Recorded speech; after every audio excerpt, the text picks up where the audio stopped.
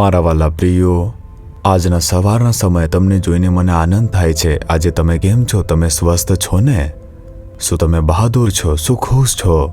એટલા માટે પ્રભુ આપણી સાથે દરરોજ વાત કરે છે ને, અને તેથી આપણે જે કંઈ પણ બને તેનો સામનો કરવો જોઈએ. પ્રભુ સાથે છે. ઠીક છે, શું તમે આ મોસસ ઓડિટોરિયમ જુઓ છો? આ એ જગ્યા છે જે આપણા પરમેશ્વરનું ટેબરનેકલ તે સ્થિત છે, અને અહીં જ આ મોસસ ઓડિટોરિયમ સ્થિત છે. અને આ જે છે તે ખૂબ જ મોટું એવું ઓડિટોરિયમ છે અને સુંદર છે.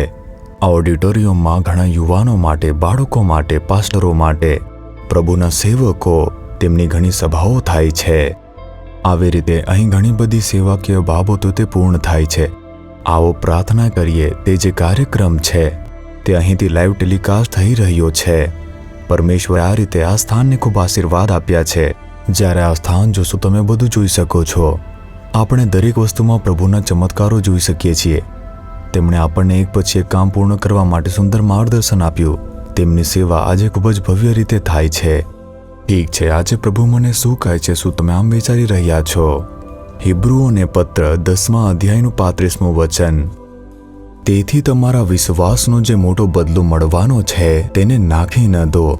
મારા દીકરા, તારા વિશ્વાસને નકારશો નહીં. મારી દીકરી, તારા વિશ્વાસને નકારતી નહીં. તમે આ બધું કયા વિશ્વાસથી કરો છો? શું કેટલાક લોકો આમ પૂછતા નથી, તમારો આ વિશ્વાસ ક્યાંથી આવ્યો? તમે કેવી રીતે અભ્યાસ કરો છો? તમે કયા વિશ્વાસથી ભણી રહ્યા છો? તમે કયા વિશ્વાસથી નોકરી કરી રહ્યા છો? તમે કયા વિશ્વાસથી વ્યવસાય કરી રહ્યા છો? આમ લોકો કહે છે ને, જે લોકો આપણને ડરાવવા માંગે છે તે આપણી આસપાસ રહે છે. કારણ કે આપણે હંમેશા ડરતા રહેવું જોઈએ.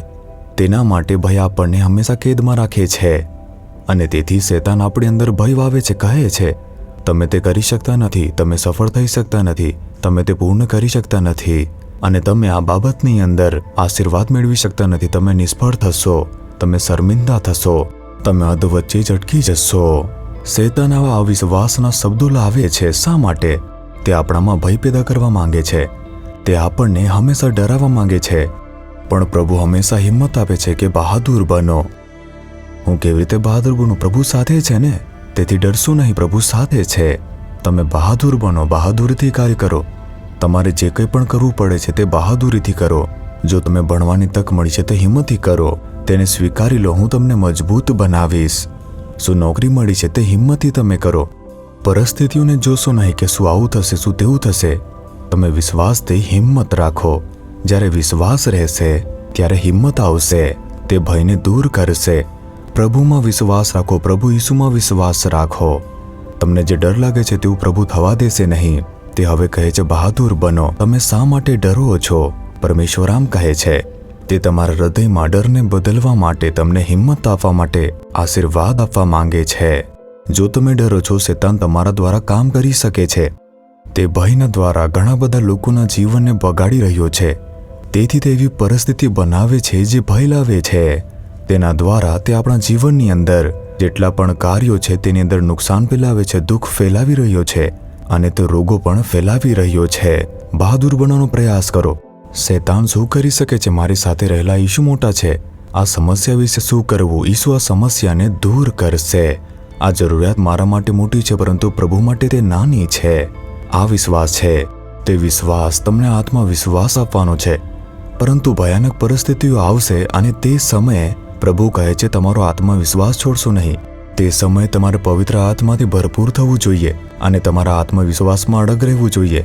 આજે તમારી પાસે એક મુશ્કેલીકારક ભયાનક પરિસ્થિતિ છે.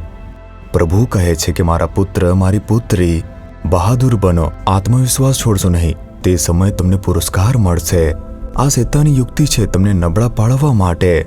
તે ભય લાવી રહ્યો છે. કહો, ઈસુના નામમાં ભય લાવનાર આત્માને હું ઠપકો આપી રહ્યો છું. દૂર થઈ જા. પવિત્ર આત્માથી મજબૂત બની જાઓ. તમે જીતશો. તમે સિદ્ધિ મેળવશો. તમારા કાર્યમાં વિજય થશો.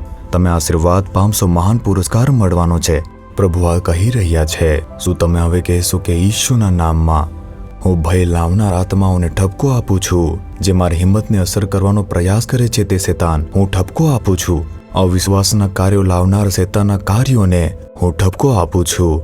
મારા પ્રભુ ઈસુ તે મારી સાથે છે. હું સિદ્ધ થઈશ અને વિજયી થવાનો છું. હું લજ્જિત થવાનો નથી. આવી રીતે વિશ્વાસથી કહો, મારા પ્રભુ આજે મને વિજય આપી રહ્યા છે ઈસુના નામમાં. Amen, amen.